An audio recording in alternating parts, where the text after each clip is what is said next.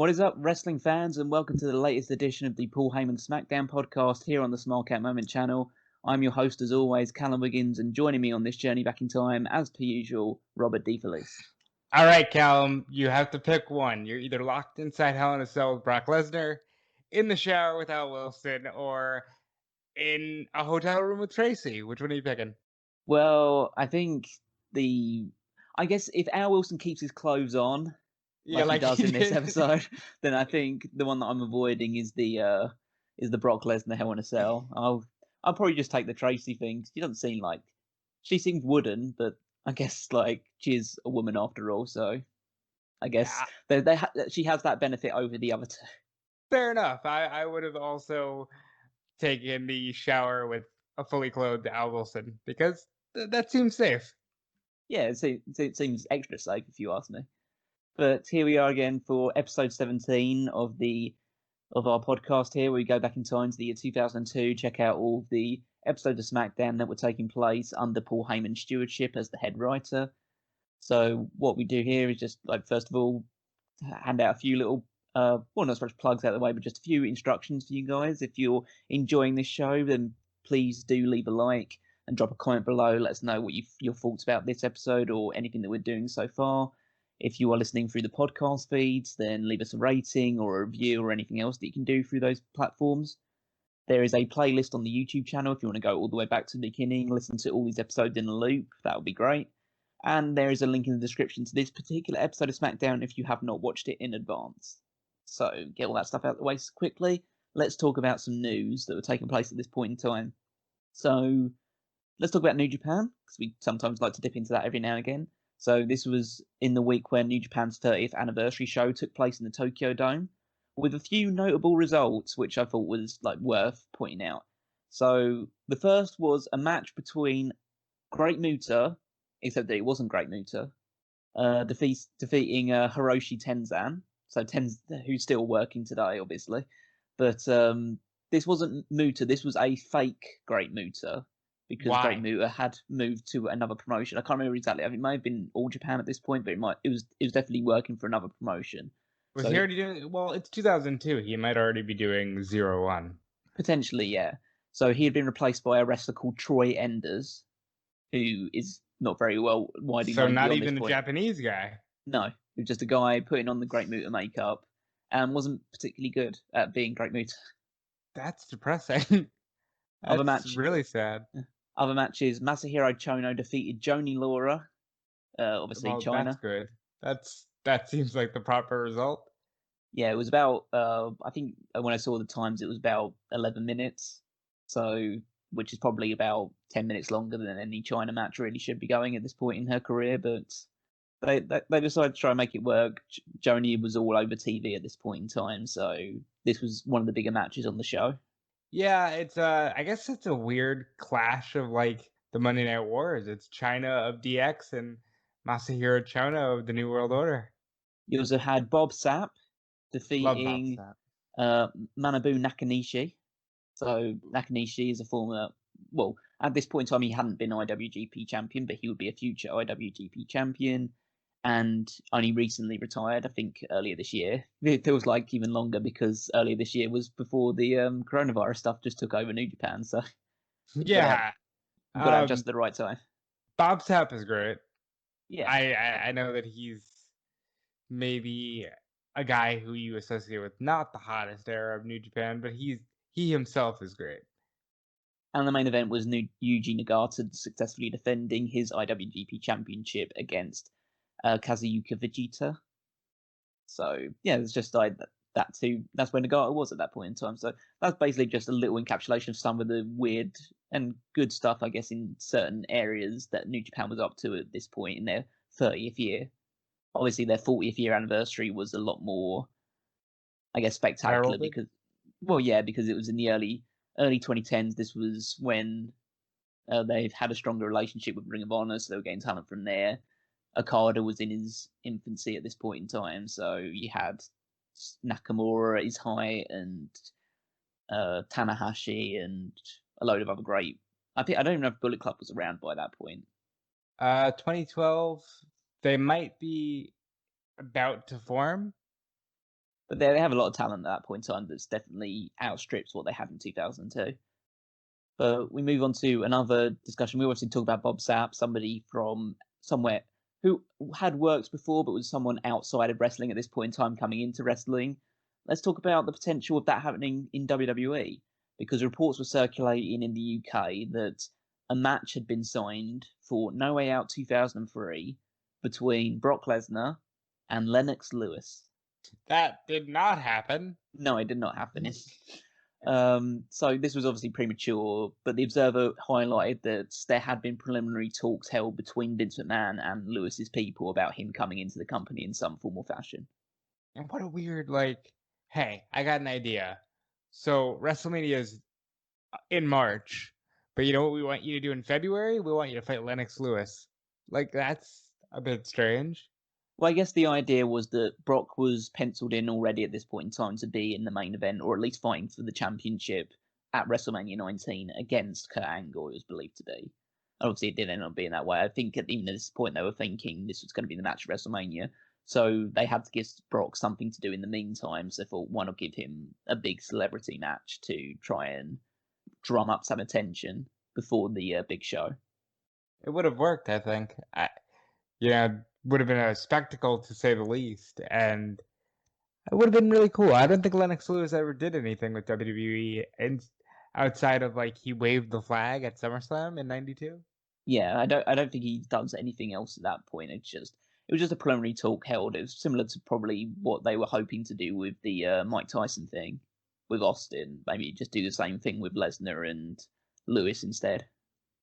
So I think that match would have been a lot better than Tyson Austin from a technical standpoint. More interesting, like showings up in different places. Chris Rock appeared in TNA. Yeah, he did, didn't he?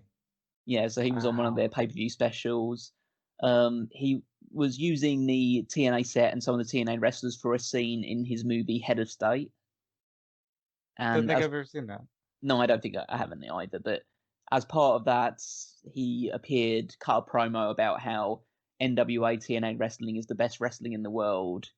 And he even said in the promo that it's not fake. Right. Yeah, so nothing says best wrestling in the world like the fairgrounds in Nashville, Tennessee. Other stuff in WWE, there have been meetings and discussions backstage about a factor about the business being down and like business not being as booming as it was back in the Attitude Era is that too many people in the company don't know how to work. Really? Yeah, and guess who was the key driving force in that argument? I'm gonna guess Jim Ross. No, it was the man who kind of typifies working at this point in time, Triple H. Oh, that makes sense. Yeah, that does make a lot of sense, actually. But I do find it quite hilarious. Like, it's not like everybody who was on the roster at this point was great. But first of all, the Attitude Era, where they were getting all that stuff, you can't say that all the people involved in the Attitude Era were great workers. I think Triple H is dealing with the realization of like, damn, we had all of these established workers. Like The Rock at that point was the exception, not the rule. Whereas at this stage, you've got like some ECW dudes, a lot of OVW stars coming up. So there were some people who didn't know how to work, especially over on Monday Night Raw, which might be when he made the call and just said, "Hey, Sean, can you do this full time?" I guess so, but it's just a case of, I think it's kind of rich to say that they'll pick the reason why business is down is because there aren't enough people that are working properly. When you have Kurt Angle, Chris Benoit, Edge, Rey Mysterio, Rob Van Dam was a good worker regardless of how he was positioned, stuff like that. Chris Jericho, Kane, The Undertaker. These people knew what they were doing. It's just they weren't stars like The Rock and Austin. That's the difference. I do think it's interesting when you look at the next two WrestleManias following this comment are headlined by workers. When you really think about like Brock Lesnar, Kurt Angle, Chris Benoit, Shawn Michaels. So maybe that was something he was really pushing for, and maybe that says a lot about the current state of NXT. I guess there are parallels you can draw there. The other news is that Randy Orton had shoulder surgery, which would keep him out of action until early 2003. Well, this is the famous RNN stuff that we'll get. Mm. And I always enjoyed that stuff. I enjoy Randy. I make no secret about that. Yes, they used the shoulder injury as a vehicle to turn him heel. He'd been basically just a bland babyface for his entire run up to this point. Yeah, you're not getting there. So now we've gone through some news. Let's talk about what Raw and SmackDown were both up to, starting with the ratings. So the ratings for this edition of SmackDown, so the 17th October episode, scored a 4.01. So just sneaking over the 4 mark that they've held on for quite a few weeks and months at this point. Al Wilson remains a draw. 4 million people watching Al Wilson. I want to point this out. Because if you look at what they're not watching today, 4 million people were watching Al Wilson. Compared to Raw's 3.8 rating, which is, for the 14th October edition. So what was happening on that 14th October edition? Well, we had a title change. The Tag Team Championships changed hands for the... I think it's now the second time in less than a month, as Chris Jericho and Christian defeated Kane and the Hurricane. And they would hold it. I don't think they'd make it through the end of the year. They lose it by December. Yeah, they lose it at Armageddon. Armageddon, yeah. Good tag team. I think they got a lot better when Christian found himself and found his proper look, because that red singlet and like the long hair, it really doesn't click, especially looking back at it. Yeah, they would end up forming... I mean, this is the only time that they held the Tag Team Championships as a team, but they would form a very good partnership leading into 2004. We had... so there's the Kane and Katie Vick stuff is going on. Uh-huh. And I made a bit of a faux pas last week by suggesting that this is the week where Triple H does things with a mannequin. It does not happen yet because they somehow decide to extend it beyond No Mercy. They extend it beyond the pay-per-view? They carry on with the Katie Vick stuff for weeks after the pay-per-view. Yeah. Even though Kane is not the guy who ends up winning the title from Triple H for Survivor Series. So wait, is it before the pay-per-view or after the pay-per-view that Raw ends with Kane stuffing Triple H in a trunk and it says... After. Oh, you're kidding! Yeah, it's the week after. Oh after. my god, no wonder they just jumped ship right over to Shawn Michaels. Wow. Yes. So this week it was just a big, long promo segment with essentially Triple H. Well, it was a promo segment with Kane talking about the situation, saying that Katie Vick was a woman that he cared about. They went to... I think it was when they went to prom together. Now, is this pre or post Fire incident? Does anybody ever ask that question? I mean, this is definitely the point where Kane suffers from emotional scarring rather than physical scarring. I guess so. Well, essentially, it was a terrible angle that completely retconned the Kane character up to this point. So it served no purpose and actually served to lessen what Kane's legacy had been up to this point. And they would retcon that in about 8 months.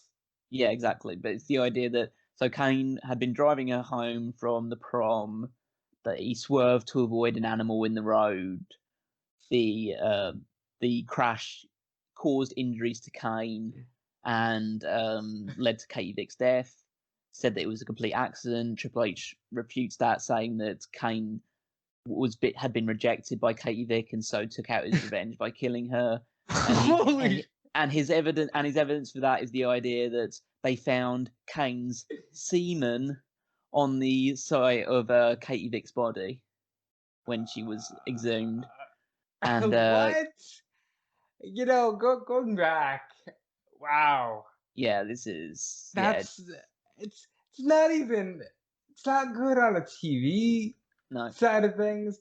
It completely kills the character of Kane. Wow, that's awful. So other stuff that happened, Rosie and Jamal, under Eric Bischoff's orders, attacked Pat Patterson and Gerald Briscoe. Oh no.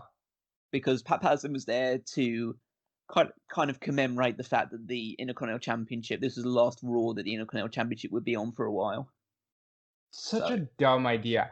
Has anybody ever explained why they wanted to take away the IC title? One show, one champion. That was the promo that Bischoff gave for it. Dumb. The main event was Triple H defeating Rob Van Dam in a Canadian lumberjack match. I certainly hope they were in Canada. I believe they were in Canada, but it's the idea that the lumberjack match was because SmackDown was in Toronto, so I assume they were also in Canada as well. It's a lumberjack match where the lumberjacks have straps. Oh, so it's like that TNA revenge thingy. Yeah. The only difference being that all of the people that are surrounding ringside were heels. So you had Jamal and Rosie, Chris Jericho and Christian, people like Chris Nowinski, Big Show, just a load of heels surrounding ringside. And so they would attack RVD when he goes out, and when Triple H goes out, they would help him back into the ring. Well, that was clearly the Canadian part. That's that Bizarro World mentality.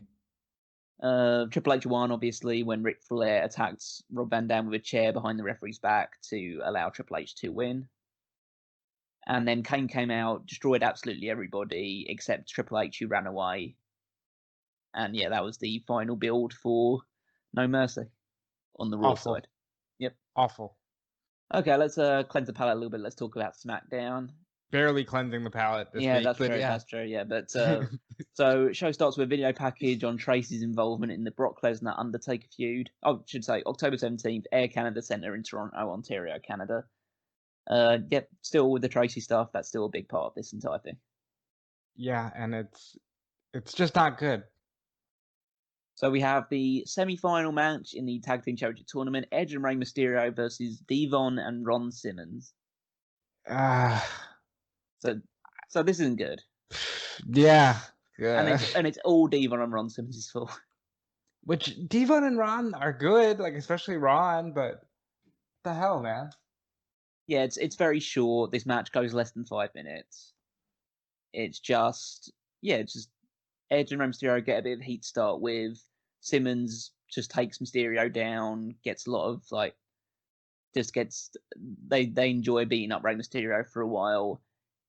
Then Edge makes the hot tag. Edge launches Mysterio into a Hurricane Run on Devon on the top turnbuckle, which is obviously a really cool move.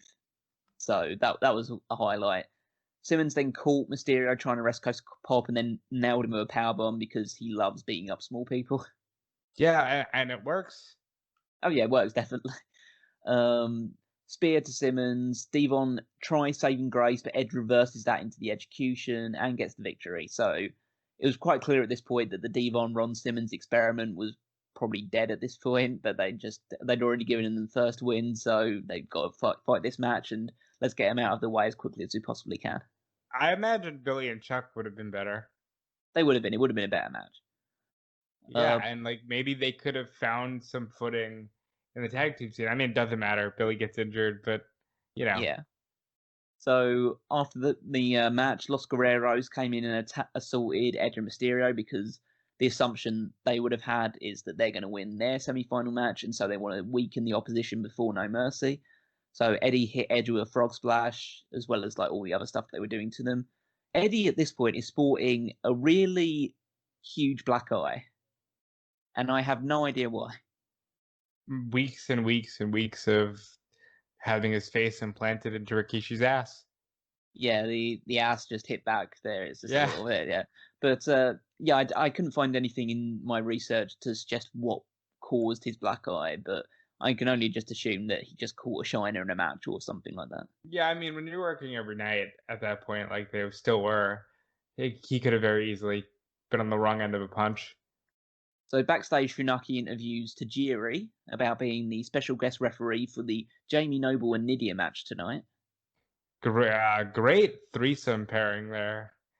But I guess it depends on what the threesome you're describing is. Oh, of course. I mean, they're very entertaining in the ring. Right, yeah, that's exactly. Yes. So Tajiri answers everything in Japanese, but mimes that both Noble and Nydia are crazy. Nydia then approaches Tajiri saying that she's not crazy. She says that she'll leave Noble the same way as she does in the bedroom, with her on top and him begging for mercy. At least she knows what she wants. Okay. Yeah. I mean, And Noble yeah. then Noble arrives and says that because this is gonna be just like their sex life, rough. So basically, they're both just describing matches as if it's the same as them having sex. So potentially they're gonna have sex in the ring. Who knows? Nydia says the rougher the better, and slaps Noble, leading Funaki and Tajiri to break them both up from going after each other before the match. But the match is right now, so it's Jamie Noble versus Nydia. I guess, like, especially in the like today's context of WWE, very rare to see a man versus woman match. I mean, honestly, extremely rare. Also, very rare to see such good follow up. Like they left the building last week, pissed off at each other, and now they're like, you know what? No, we're gonna fight. Yeah. So Not Noble, the healthiest relationship, but you know what? Because it was consensual. hey, so if you vent out your frustrations, like just you solve your problems your own way, as long as they do it, as long as they're constructive with it. That's right. So Noble on the microphone calls out Nydia. It's a bit like abrupt, so I assume he'd been like kind of promo on the crowd for a while before that. Nydia gets in the ring. She shoves Noble a few times, so he slams her back onto the mat. Tajiri turns his back because he just doesn't know what to expect doesn't really like to see Nydia getting beaten up. And that means Nydia kicks Noble in the balls and takes over. Fantastic. Nydia pummels Noble repeatedly, leaps on his back until Noble flips her over.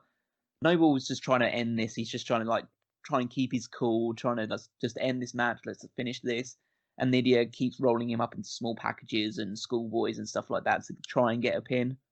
So they're playing this off like, not that Nydia is stronger than Noble, but Nydia wants to fight more than Noble does, and that's causing Noble to make mistakes and potentially lose.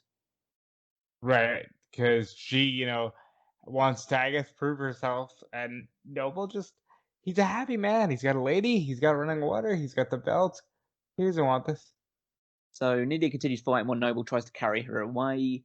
Nydia attempts a sunset flip. Noble sits down, gets the free.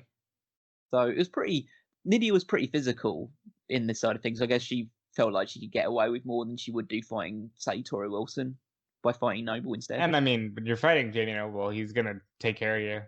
Yeah, absolutely. So Nydia tries to help Nydia up after the bell, but she slaps him. Tajiri then stalks her to essentially take some measure of revenge, but Noble stops him and then beats him up as well, and then they just double team stomp Tajiri for a while before Noble hits the Tiger Bomb. So that's the end of that tag team. Well, it'll lead to some good Tajiri Jamie Noble matches, I'm sure. Yeah, so Noble and Nydia just reconcile and make out over Tajiri's fallen body.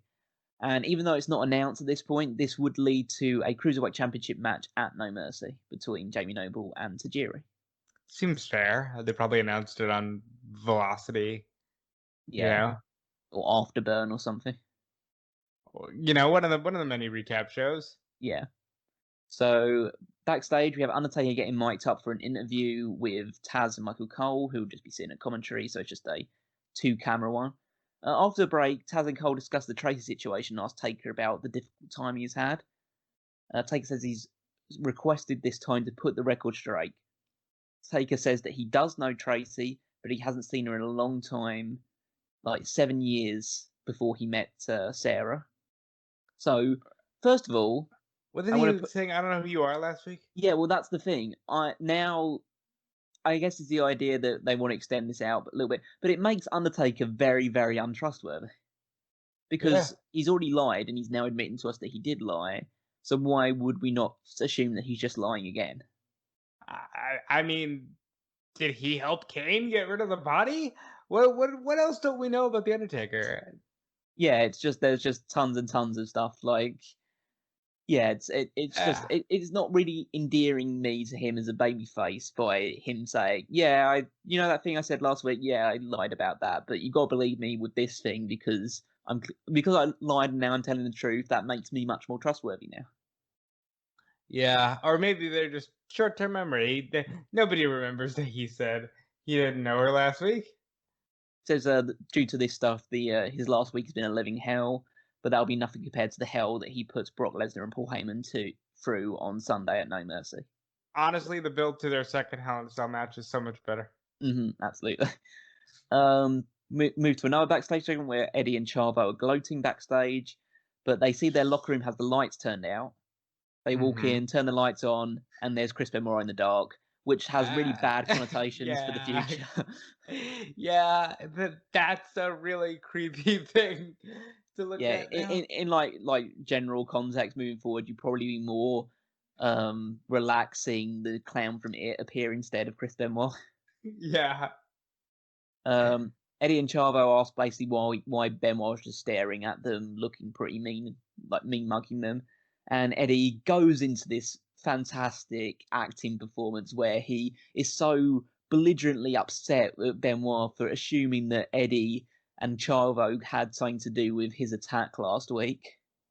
Like, he just goes into he's professing his innocence. He bursts out crying. He talks about how Benoit helps him through all his personal demons, how they've been on the road for decades at this point. When Benoit doesn't respond, Eddie then gets angry. He says that his feelings are hurt. He tells Benoit to hit him if he thinks that he did it so badly. Benoit just keeps standing there with his arms folded, looking at them. Eddie's so great in this segment. Yeah. And honestly, Benoit not saying a thing adds so much to this. Yeah. And then Chavo pipes in basically saying that they don't have to sink to Benoit's level after what they did. It's just totally brilliant heel work. And then he says that Benoit should be ashamed and they leave with Chavo trying to console and calm down Eddie. And Benoit's just still there standing, staring them down. Amazing. Yeah, it was a great segment. And not to mention the fact that apparently in 2002 they actually watched the program. Oh yeah. Benoit is very aware of who attacked him. So we cut again, no backstage, just a very quick cut where Lesnar, Heyman, and Tracy Why are they giving Tracy more things to say?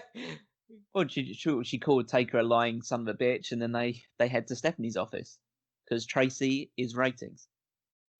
Yeah, they gave her a last name this week.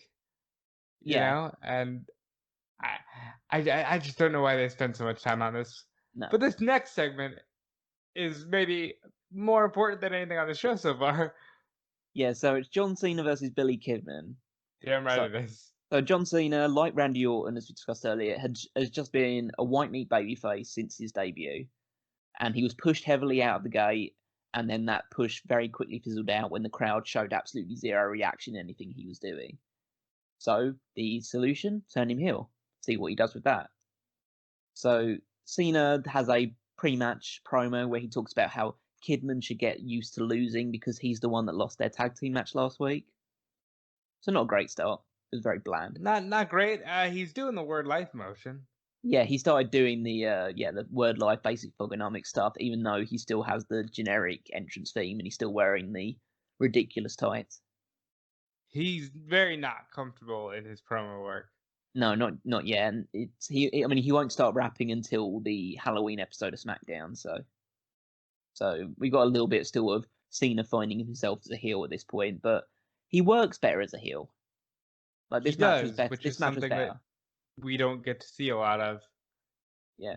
So Cena blocks a Hurricane Rana attempt, catapults Kidman out of the ring at about 100 miles an hour because Kidman takes some of the most insane bumps I've ever seen anyone take at this point in time. Underrated guy. Look at this run he's had. We've seen him in some very good matches. Yeah, but some of the bumps he takes is just ridiculous. It's no wonder he was injured as kind of often as he was in the mid 2000s. Yeah, but was it worth the risk? I mean, he did get a job there for life. Yeah, that is true. So Cena uses a thumb to the eye, followed by a delayed vertical suplex where he squats before planting Kidman, which was more impressive and showed more character and a move than anything Cena has done up to this point in his career. Yeah, so it's very clear that he'd gotten used to working as a heel in OVW, and now he's getting to show more of that. DDT by Cena that spikes Kidman for a 2 count. Kidman obviously reverses a powerbomb, but not into a X Factor, but into a sunset flip for this time, and then hits an Enziguri on Cena. Cena tries to throw Kidman off the top rope when he's going up for the shooting star press, but Kidman reverses that into his own X Factor. So he does get an X Factor in eventually for a very long 2 count, which was very well put together. But the match ends with Cena getting a backslide, placing his feet on the ropes to get the heel victory. So Cena, clearly a heel now, doing all the heel tropes, the cheating to win, all that other stuff. So, yeah, this is a very pivotal moment because this is leading Cena into the gimmick that would make him SmackDown's biggest star for a long period of time. And then just make him the star of the company. Yeah, so this is all built up off the back of, the babyface stuff isn't working, let's turn him heel and then see what we do with it. It doesn't really catch fire, like I say, until... it doesn't catch fire at the Halloween stuff, but that's when the gimmick is formed, and that starts to catch fire in like mid 2003. So it's a long process, but Cena at least is on the path to finding his place in the WWE. Yeah, and part of me now wishes we'd gotten to see more of John Cena as a wrestling heel, because we just don't. Even when he's mid-card heel on Velocity, he's wearing, baggy pants and doing the rap gimmick. But this was a fun start. So Tracy marches into Stephanie's office, calls Mark a liar, saying amazing. Saying they slept together 10 days ago. Stephanie says Tracy clearly has no respect for her or anyone else, so she tells her to leave SmackDown. And Heyman it's not very sticking up for your fellow woman there, Steph. What happened, Steph? Yeah, so Heyman leads her out. And then Heyman essentially is going crazy he doesn't go crazy at this point, but he's basically talking up this idea that he sucks up to Stephanie saying how great she's done the first 3 months of GM, but then he talks about what happens in the next 3 months or the 3 months after that. If Brock Lesnar walks into Hell in a Cell and is allowed to be totally destroyed by the Undertaker, like Lesnar is your future, and you're risking your future as on SmackDown by putting him in this match. Well, I like the fact that throughout this whole thing, and we're going to see it going into November even, Heyman just doesn't want Brock Lesnar anywhere near the Undertaker, and he's just livid that even Brock doesn't care about that. Yeah, but it's just great stuff that Heyman is so good at going from really high pitched, really angry, really frustrated to being like a kiss ass and a politician in like pretty much the same breath almost. So, definitely, I enjoyed this Heyman with Lesnar more than modern Heyman. I think he was showing a little bit more range on the microphone. So he basically his argument now is that he wants Taker to take the cast off. So if the match is still going to take place in Hell in a Cell, at least he wants Taker to not use the cast as an offensive weapon. And Stephanie says that she will essentially talk about she'll basically take the request into consideration, but then Lesnar should prepare for his match with Chuck Palumbo coming up next. But what we actually get is not Chuck Palumbo. It's more action inside Stephanie's office. Yeah, so post this after the break, Taker is in Stephanie's office now, and Taker is again frustrated and angry about the fact Stephanie's having to deal with a lot of frustrated and angry people. Yeah, but she's used to that. Look at her father. Look at her husband. Stephanie can handle it. So Taker reminds Stephanie that it was Brock that broke Taker's hand in the first place. But Stephanie then says that Taker has been using the cast as an offensive weapon. And then Taker says he'll show her just how offensive he can be, and he uses the cast to smash a lamp in her office. Well, he was also showing her how offensive he could be when he called Tracy a lying bitch, which Stephanie's reaction to was perfect. And Mark, why should we believe you when you last week said you don't know her? Yeah, exactly. You're already lying. There's only one lying bitch in that room right now, and that's right. And Stephanie saying that she's the most influential CEO, like chief marketing officer. Okay, we move on to Brock Lesnar versus Chuck Palumbo. So Chuck is now on his own after Billy Gunn was injured on the house show circuit. Quick interesting thing, I think this is the first time, I might not have been paying enough attention, but I believe this is the first time that I hear Taz say, "Here comes the pain," for Brock Lesnar's, when Brock Lesnar's entrance hits. No, this is the first.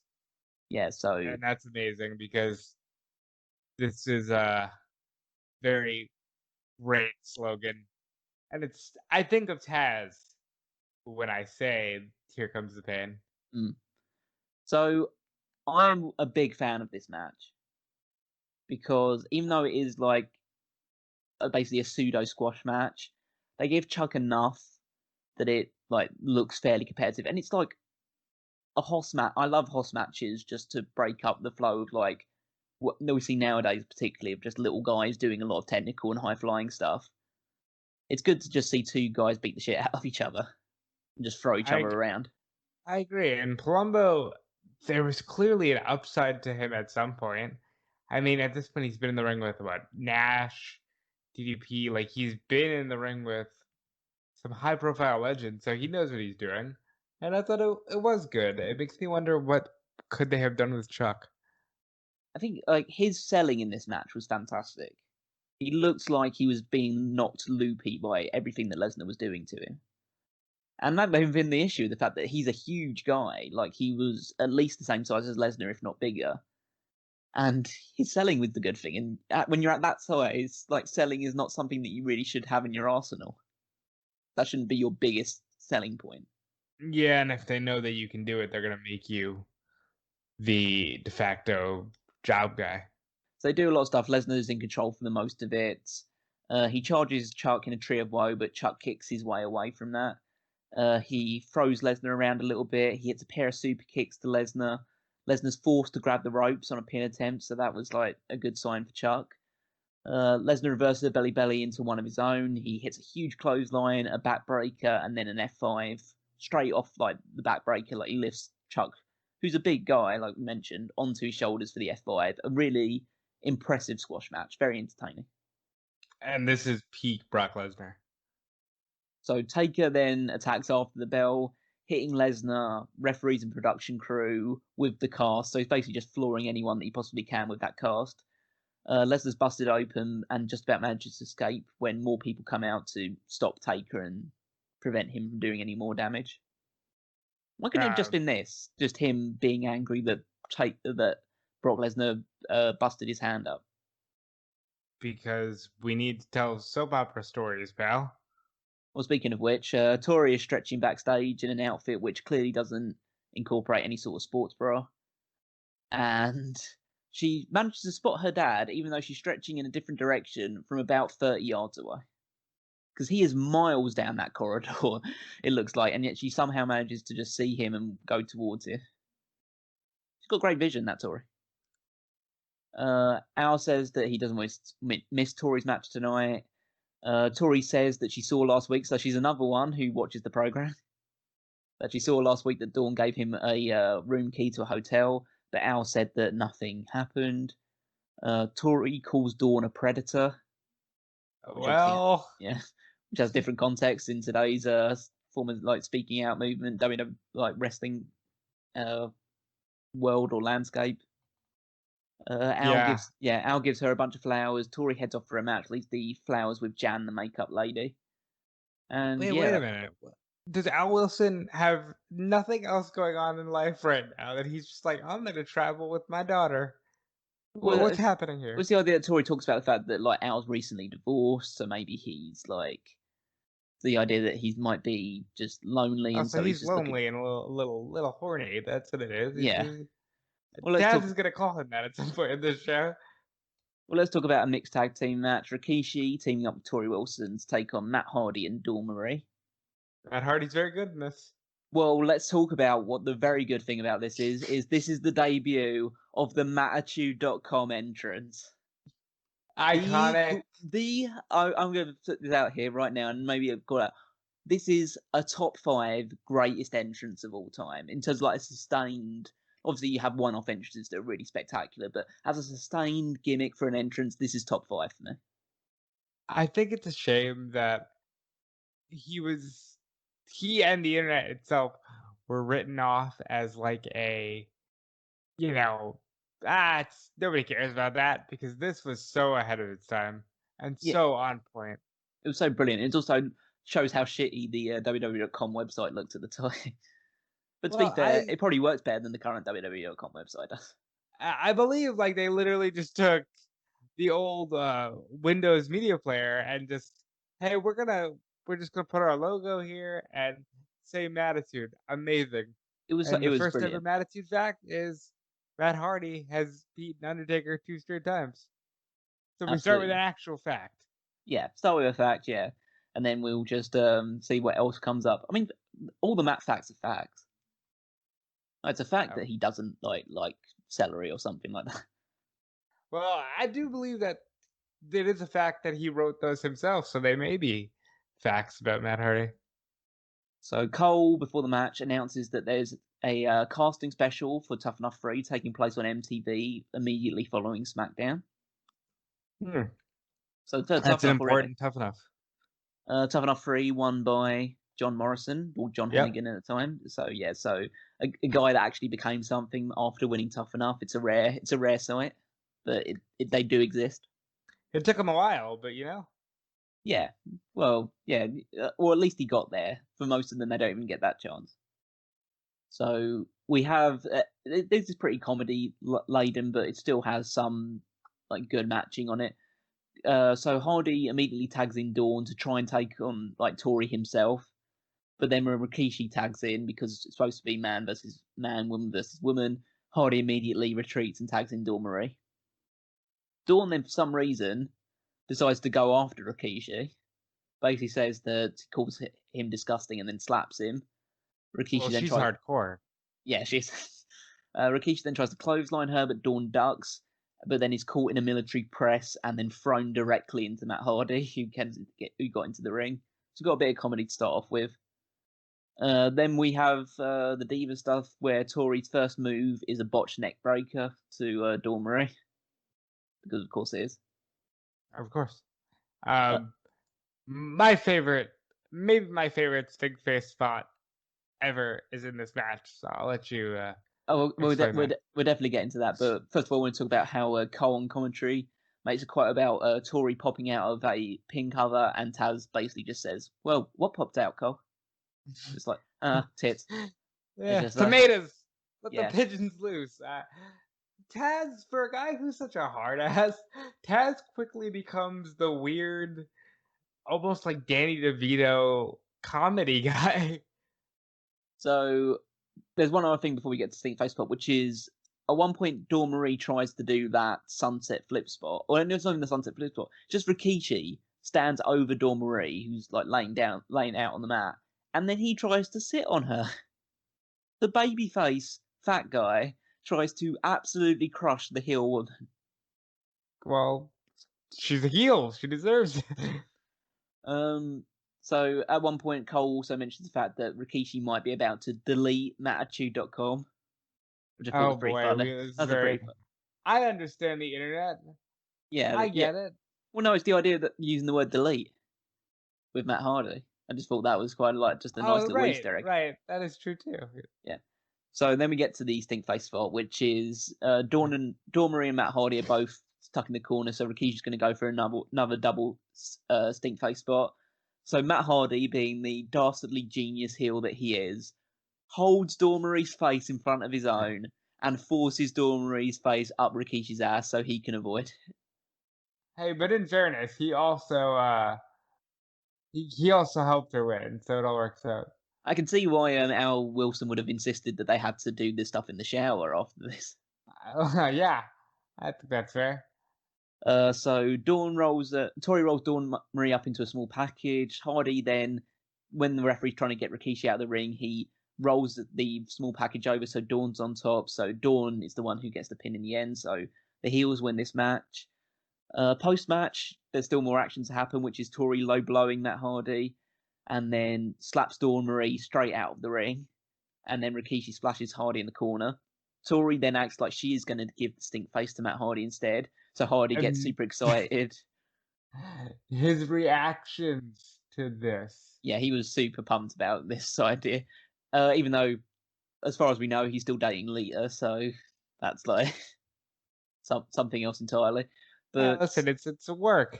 Yeah, but the funny thing is, because he's a stupid heel, he decides to close his eyes for the experience, And so Torrie then switches places with Rikishi. Rikishi then delivers the stink face that Matt Hardy avoided earlier. Amazing. So, yeah, it's a fun spot. The stink face is something that always gets a big pop from the audience. You know, I really have grown an appreciation for Rikishi. Yeah, he's doing really good stuff on SmackDown. He's obviously not going to be touching the main event really, but he's a constant source of entertainment and good work and a good worker too. Somebody else that Triple H probably thinks is not able to work. Well, I doubt that because he's actually chosen to work with Rikishi quite a lot in his career. Don't forget, he hired a turnover guy. And then again, also, if you didn't even think that Rikishi was a good worker, you wouldn't tell Rikishi that to his face. No, you would not. In the trainer's room, Heyman is going ballistic about the fact that Lesnar's cart is being treated. Lesnar tells Heyman to get Stephanie to agree that Taker has to take the cast off. So Lesnar at this point is like just pretty much forcing Heyman to just go out and do this for him. So Heyman, after the break, arrives in Stephanie's office again, and this time he's even more animated about it. He just like talk about all the blood that's on his jacket, all the blood that Lesnar is dealing with right now, how his blood will be on her hands if Taker's allowed to keep the cast on. He picks up the broken lamp and talks about how that could have been Stephanie's head because Taker's a loose cannon right now. Stephanie then just says that she'll make a decision later tonight. Heyman just rants and goes crazy and he goes raves about it. It's just like basically, take the cast off. He's a madman. You can't have him with the cast. And then it's just like Stephanie just keeps telling him to leave. So yeah, Heyman's great. Heyman is great. It's very shocking that they went through all of these bells and whistles for a match that nowadays is literally just, hey, Undertaker and Brock Lesnar are gonna fight. And you've sold all your tickets. Well, let's see what the No Mercy card has in store. So we obviously mentioned the Cruiserweight title match isn't listed on here, but it is a Cruiserweight title match between Tajiri and Jamie Noble. There is Triple H versus Kane for the World Heavyweight Championship and in the Continental Championship in a title unification match. So, yeah. We'll get to that. I just can't believe that they even thought to get rid of the IC title. And that's all I think of when I see this match. So there's the finals of the WWE Tag Team Championship Tournament, which will be Edge and Rey Mysterio versus the winner of the main event tonight, which is Kurt Angle and Chris Benoit versus Los Guerreros. Then we have, it'll be Trish good. versus Victoria. Yeah, Trish versus Victoria. Which is not the match that we all remember them having. No, this is not the Survivor Series hardcore match. This is just a straight one-on-one match. We have Rob Van Dam versus Ric Flair.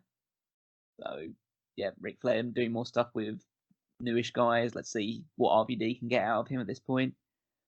We have this is just direct from last month because, Rick cost him the world title. Yeah, absolutely. So there is a reason for it. We had the World Tag Team Championships, Chris Jericho and Christian facing Booker T and Goldust. Still got the beautiful traditional belt that they would replace those ugly-looking World Tag Team titles in about a month. We have Torrie Wilson versus Dawn Marie in a one-on-one match. They're gonna wrestle? What are they wrestling for? Well, they've done everything else essentially with their bodies, so I guess they just have to actually fight now. Fair enough. I'll say this every time we do this. I love the GIF match cards. Yeah, they were very good. I mean, they're iconic.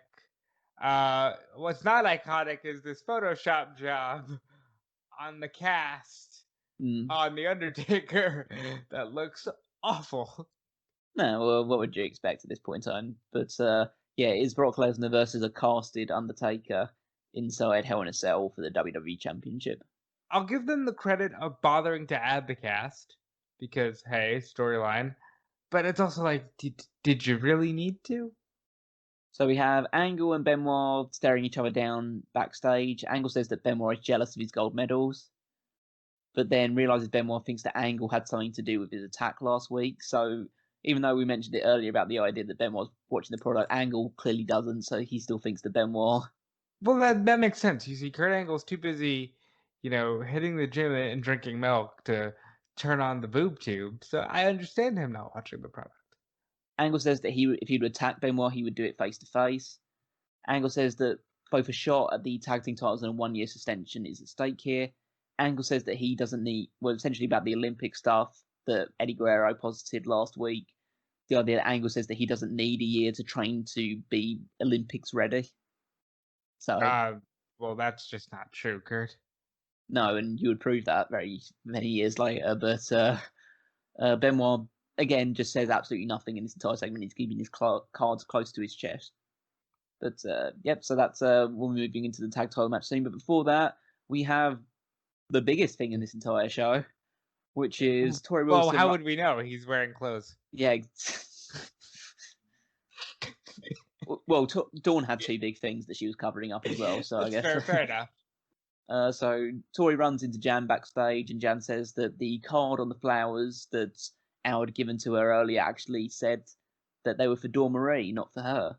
So Torrie basically goes around looking. She talks to the production crew guy backstage, and he does the little like surreptitious point because he knows what they're up to, and he's not really into it.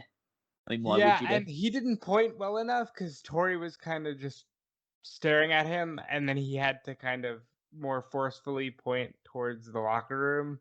But I like the little shy, like they're doing something else. So Torrie enters the locker room. She finds his clothes in the women's locker room. She then enters the showers where a mostly dressed Al Wilson is being caressed in the shower by a naked Dawn Marie. It's funny because, first of all, you wear glasses, right? Yes, I do. I wear glasses. Why would you put them on in the shower? Yeah. I don't leave my glasses on in the shower. I don't think that there's ever a need to look at something that closely. Yeah, I mean, like, what are you doing, Al? Yeah, it's just, I guess they just thought it would be funny, like the old man is still dressed and he's wearing his glasses, and that's like a hilarious visual. Like Vince probably fell over in his chair while they were filming this. Yeah. So Torrie just looks aghast at this and runs away as Al just watches her go. What is Al now? Like, he's like, oh no, I'm so sorry. I got caught, even though it was clear I was coming here to do this. Yeah, I know. Oh, well, it's just, I guess he didn't want Torrie to see it like that.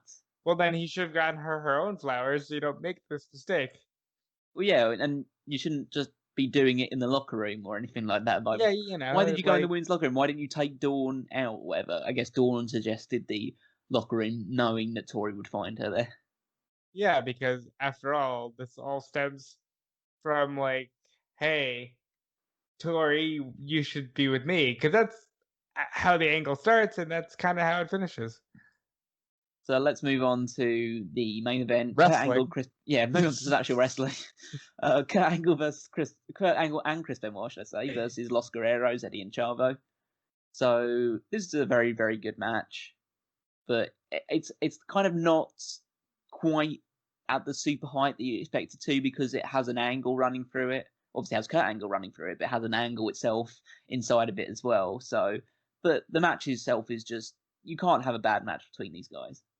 Honestly, the way this plays out, if this was nowadays, I would assume, oh, they're gonna do some kind of fuck finish on SmackDown, and we're just gonna get a 3-way at the pay-per-view, because it very much looks like we're headed towards a triple threat tag, and we would be. Just not at No Mercy. I have to put this out there. Kurt Angle and Eddie Guerrero is underrated in terms of as a feud and as like just their chemistry together. It's just absolutely wicked. Like, I still hold that their match at WrestleMania 20, obviously it's not the best match on the show because of that triple threat, but it's not far off that triple threat match. I think that match would be more fondly remembered as a WrestleMania match if it didn't have the finish that it does. Like, I know that that's part of Eddie's gimmick, you know, lie, cheat, steal, do whatever you have to, but it seemed more Looney Tunes than anything, and I think it hurt its legacy in the long run. So the match basically just goes as you'd expect it to. A lot of suplexes by Angle and Benoit. Angle is using well, it's the idea that Benoit still has no problem just chopping down Eddie and Chavo, so there's still no allegiance there anymore. And then at this point, Eddie and Chavo get the heat because they're the heels in this match, even though it's really a heel versus heel match. But the crowd gets super behind Kurt Angle in this match. Yeah, and Kurt does become a babyface for all of 3 weeks Yeah, in December, and I wonder what that would have been like if you just would have kept, you know, keep Lesnar with Heyman and have Angle be the babyface going into WrestleMania. yeah, it could have been interesting. It was just that again, it's in Toronto, and everyone likes to describe Toronto as like Looney Town, especially when it comes to wrestling. And the idea that people just chant for people that you don't expect them to chant for.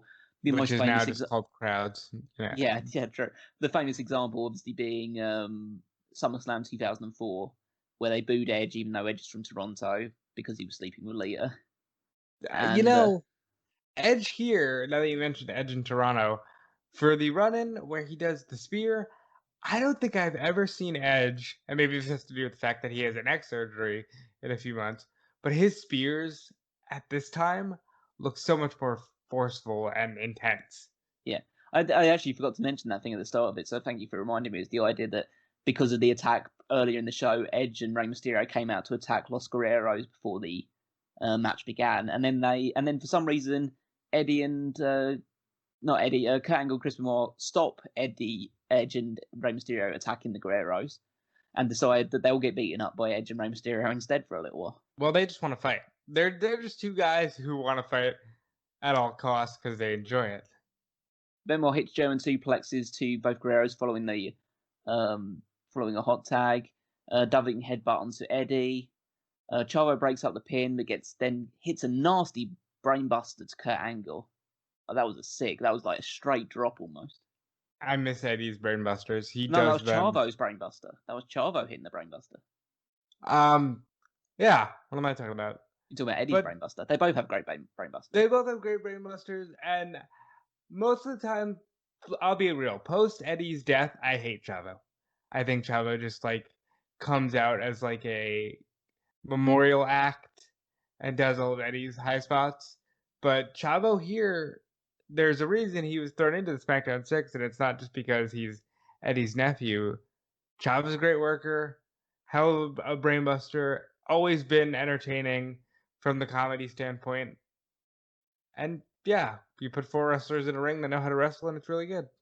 They do a great spot where Eddie climbs up for the frog splash, and they do the spot where Angle nips up, or doesn't nip up, but he just like gets up really quickly, and he scales the turnbuckle, and everyone's expecting he's going to hit a suplex off there, but Eddie stops him, throws him off, and then hits the frog splash. So that was a great like bait and switch there.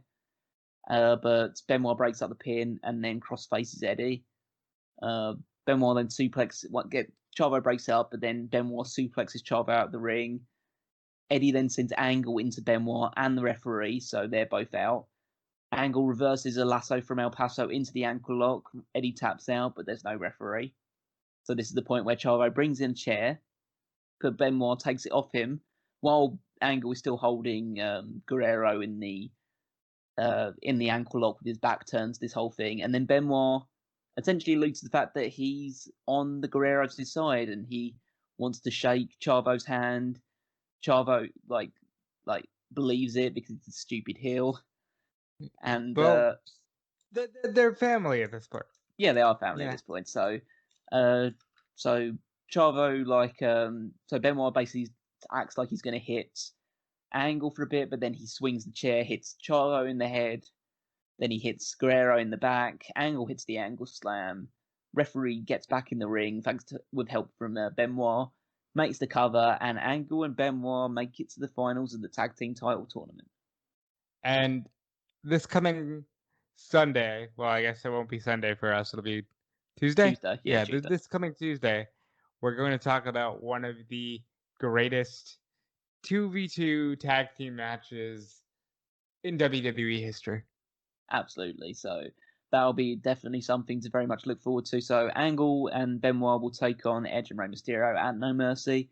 And at this point, Angle and Benoit look like they're as much on the same page as they ever really were. And this is about as much as they would be. I just want to point out here, obviously, we're going to get to so many more of these matches, but still to come on this journey, there is a triple threat tag, a 2 out of 3 falls tag, a fatal 4-way with world championship implications, and a match that you have to see to believe at the Royal Rumble, all involving some form of these men. And God, it is just so good. I think you're even missing the triple threat tag team match they have at Survivor Series as well. Yeah, it's all just so good from these 6. Yeah, we're entering a sustained period of excellent matches between these guys. So, but it's not the main event. It's the main event match, but there's still one more segment to go. Mark Lloyd is pacing outside of Stephanie's office. When she exits, he asks if she's made her decision yet. She says that she has, but she will make the announcement publicly in the ring. So Mark Lloyd just got on TV for no reason. Well, but I guess there must be some Mark quota. Lloyd, and Yeah, there must be some quota that you need to have Mark Lloyd on for X amount of minutes. you know what it is Michael Cole has graduated from the whipping boy announcer that everybody can screw with, and we don't have Josh Matthews yet. So we're just stuck with this dork. So Stephanie comes to the ring, asks Lesnar and Heyman to join her in the ring. Lesnar comes out, he's now got a band-aid over his head. Stephanie does the McMahon trait of rambling on for minutes on end without actually getting onto the point that she wants to, that we're all here for her to listen to. That's gotten her very far in life. Yeah, she just weighs up the pros and cons of Undertaker keeping his cast on for several minutes. Stephanie finally announces that Taker will be allowed to wear his cast. And that's when I went, well, why did you bring out Lesnar and Heyman at this point if you're basically just going to give them really bad news? Well, why did you feel the need to end the show with this announcement and make it in the ring when you announced the Hell in a Cell main event of your pay-per-view just like backstage as you're walking out of the building? So, yeah, no, it's why? Wrestling, no logic. You know That's what true. it's like. Stephanie goes to leave, seemingly convinced that Lesnar and Heyman will just take this kindly and just let her go. Lesnar stops her exiting, corners her in the turnbuckle, and starts like leaning into her and touching her hair really creepily, like how like a wild gorilla would stalk his prey. It's very weird that they have Lesnar being a creep like this. Taker charges the ring to help, but Lesnar, I guess, was using this as an opportunity to bait the Undertaker in because he sees it coming, and then spinebusters Taker hard into the mat. As Taker is lying down helpless, Heyman just like slapping him in the face as Lesnar just beats the hell out of him. So Lesnar stomping the cast, just doing as much damage as he possibly could. Heyman knows that Taker's hurt, so he's getting really cocky and arrogant about this whole thing. So as Heyman, they go to leave, but then Heyman gets really cocky and he goes for one more cheap shot, but Taker catches his kick, and then he attacks both of them with a cast, so Lesnar's like knocked out again, and he just repeatedly is beating up Paul Heyman in the corner with his cast. Paul Heyman must be very motivated here because he's cutting himself open. He's taking strikes from the best pure striker in all of WWE. Paul Heyman does not need to be doing all of this, but he is. I appreciate it. No, and everyone appreciates Heyman being beaten up at this point in time. So. Oh yeah. Yeah, so that was a good segment to kind of cap it off, really. So that's the final build up for the main event of No Mercy, and that's the end of this edition of SmackDown. So I kind of I walked away. I didn't know really how to gauge this one in terms of if I liked it or not. Better than last week because it writes off Tracy kind of, and it's a much better go home than the go home for Unforgiven. I'll say that. Yeah. So there was some good matches and storylines were progressed, but there is a lot of talking in these shows now, and the Tracy stuff is still bullshit, and the Al Wilson Dawn Marie stuff is cringeworthy. So it's like there's a lot of good and bad on these shows at the moment. So I can't give it 2 thumbs up, but it's maybe even a thumbs in the middle really for this one. I would agree. Thumbs in the middle. We're onward and upward, I believe. I hope so at this point. But we will be onwards and upwards with No Mercy. So this is an opportunity to obviously talk about the Patreon. So No Mercy will be doing like our pay-per-view reviews as we've been doing over the past few months, just to basically complete the full circle. So we will be reviewing that entire pay-per-view for people at the $10 tier or above for Patreon. So if you're at that level or above, then hopefully you look forward to that episode coming out on Tuesday. And even if you're not at that tier and you've only got like $1 to spare or anything like that, any amount of change or support you can lend just helps immeasurably. As we have mentioned, Tony has got a wedding coming up, so any even $1 a month would go a long way to that. Maybe you would buy an extra like cocktail tray or anything like that. I mean, listen, Tony has invited us to the wedding, and there's a good chance $1 from everybody that subscribes to this channel, it gets me there and back, and more for Tony to play around with. So there you go. Think about that. So other stuff you can obviously help in the monetary side of things is the Redbubble and TeePublic merchandise shop. So pick up some Smark Out Moment merchandise, pick up a mask, pick up a shower curtain, pick up a pin. Actually, there's tons of different things that you can have Biggie's package written on it or anything like that. So Do we have those? Yeah, we have a Biggie's package one. That's a very old joke from a long time ago. But yeah, I'm sure there was plenty of stuff there that might capture your interest. When they want to show your support for the current election, have a Rock for President shirt or anything like that. There is the I believe over on the Fanboys shops there is the Fly 2020 that just references the fly that was on Mike Pence's head for a long time. We can speak about that a little bit. Fanboys Anonymous, that's the sister site to smarkoutmoment.com, where Tony does all the geek culture stuff, the movies, video games, TV shows, all that other stuff. So check that out. That they have their own Patreon, their own social media stuff, so you can find them on all their platforms there. Find Smark Out Moment on their own platforms, on Facebook and Twitter, and check out the website for all the great articles that is on there as well. Join the Mega Maniacs on Facebook if you want to just be involved with some other wrestling fans, get engaged with the community there, join us for pay-per-view nights, stuff like that. Keep on track with what's going on in the fantasy league. Spoiler, I'm always winning. Yeah, that's probably going to be the case until the end of it. Yeah, we'll wait and see. I might make some stupid mistakes down the line, but that's I think that covers my side of things, at least for the time being. Rob, do you want to throw out your stuff? Yeah, obviously you can follow me on Twitter at DeFelice. You can check out everything I'm doing on WrestleZone and Fightful. If you want to check me out on more podcasts, there's the WrestleZone Wrap-Up podcast. I'm on it Monday, Tuesdays, and Thursdays. There is the Fightful Wednesday Night War podcast, which I'm on Wednesdays on YouTube. And I'm always enjoying wrestling, and I'm always around, so I appreciate all the support.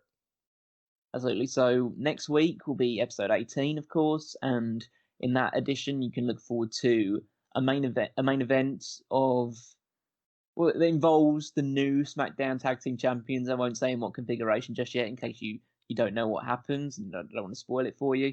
We see the fallout of the Undertaker Brock Lesnar match and a big arrival on SmackDown. Very big arrival. Yeah, more ways than one. So. Yeah, very much. One more progression of the Al Wilson, Dawn Marie, Torrie Wilson stuff. So yeah, you look forward to that. And also, we crown new number one contenders for the tag team championships. There's other matches and involvements on there as well, with Matt Hardy's appearing. Rikishi will probably be on there and stuff like that. So yeah, plenty to look forward to for another episode of SmackDown. And I think it'll be great. Yeah, absolutely. So we'll see you either on Tuesday for the Patreon stuff. If you're not on the Patreon, then we'll see you next Saturday for another edition. And yeah, follow me on Twitter at Wigmeister14. Follow all Rob's stuff and the stuff that he said earlier. And yeah, we will see you when we see you. But for now, this has been another Smark Out Moment, and we are being counted out.